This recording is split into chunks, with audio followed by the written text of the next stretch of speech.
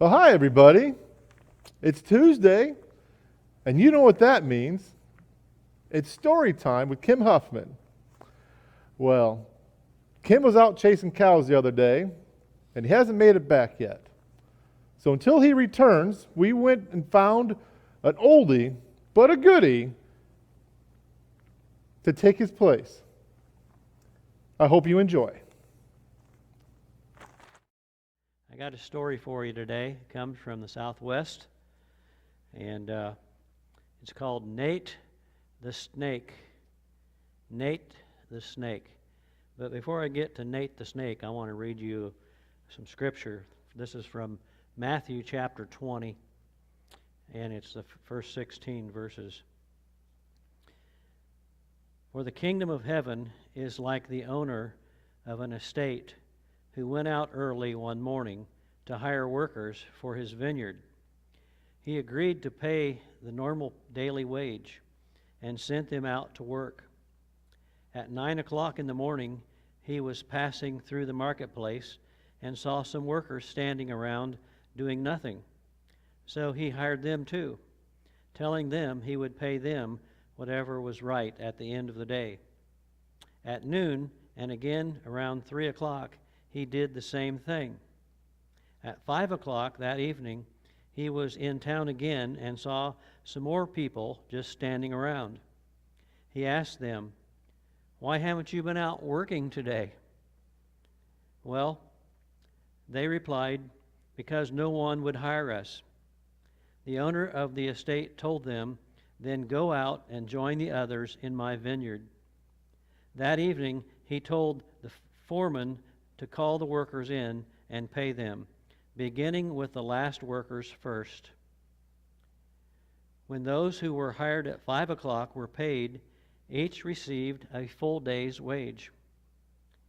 When those hired earlier came to get their pay, they assumed that they would receive even more, but they too were given just a full day's wage. When they received their pay, they protested.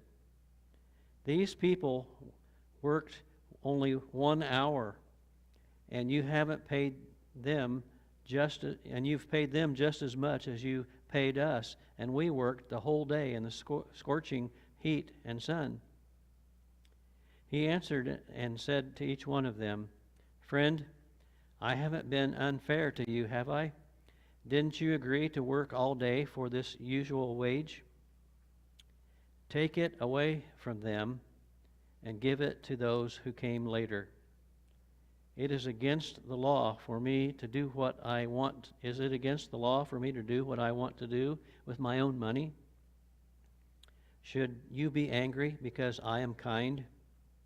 And so it is that many who are first now will be last then, and those who are last now will be first then." Well, Jake the snake is an interesting story.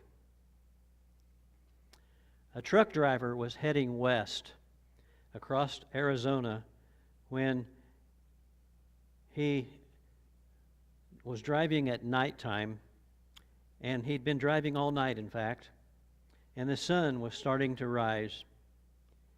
He felt the urge to commune with nature for a few minutes, and so he pulled over to the side of the road, parks his truck, and walks into the sagebrush and cactus. As he is standing there, looking around at the beauty of the early morning, he notices a lever sticking out of the ground. After a few moments, he walks over. He walks all around the lever, looks at it, and is just about to grasp the lever when he hears a voice saying, "Don't touch that lever." The driver jumps up off the ground about 2 feet, and when he comes back down onto the ground, he looks around and no one is there. Well, thinking to himself, "I must have imagined this," he again reaches out for the lever. Again the voice yells, I said, don't touch that lever. Well, being more prepared this time, the driver senses the location of the voice and looks down under some sagebrush. There he sees a snake. The driver is much astonished and says, "Was that you who just spoke?" You know, the Bible tells us of another snake who spoke back in the Garden of Eden. So he thought, well, maybe he's found another relative or something. Well, the snake said, "Yes, that was me. I have to keep people from touching that lever. You see, if the lever is moved, it will be the end of the world." Well, the driver, still rather astonished, said, "Well, what is your name?" And the snake said, "My name is Nate." The driver said, "Well, Nate, would you be willing to talk on TV?" Nate said that he wasn't interested in going on TV. And anyway, he had a very important job of watching the lever and making sure no one touched it or moved it. The driver said, "Look, I will get the networks to send out camera crews, and that way you can inform the whole world at one time about the danger of touching the lever." Nate thought it over and finally decided that made a lot of sense. So he decided to accept the man's offer. The driver, true to his word, got the network cameras to come out, and the crews got their cameras rolling, and they put the broadcast on the air in which Nate the snake warned the entire world of the dangers of moving the lever there in the desert. Well, a few weeks later, another truck driver was going through the same area. He was following an oil tanker, and the oil tanker had sprung a leak, and oil was all over the road. When the second driver hit the oil slick, he lost control of his vehicle, and he found himself spinning out of control. And he noticed that he was heading straight for the lever, because now people had put up signs about where the lever was. Well, with all of his strength and all of his might, he was able to avoid hitting the lever. He had remembered what the camera crews had said and what the news broadcast had said about the danger of moving that lever. It would cause the end of the world to come.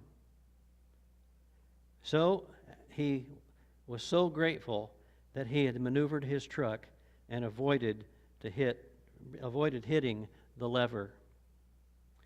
Finally, at the last moment when he had swerved, he missed the lever, but he ran over Nate the snake and killed him flat. As the truck driver was collecting himself, he was heard saying, "Well, better Nate than lever."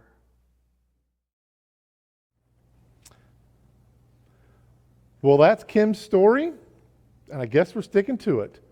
Thanks for joining us, and we'll see you soon.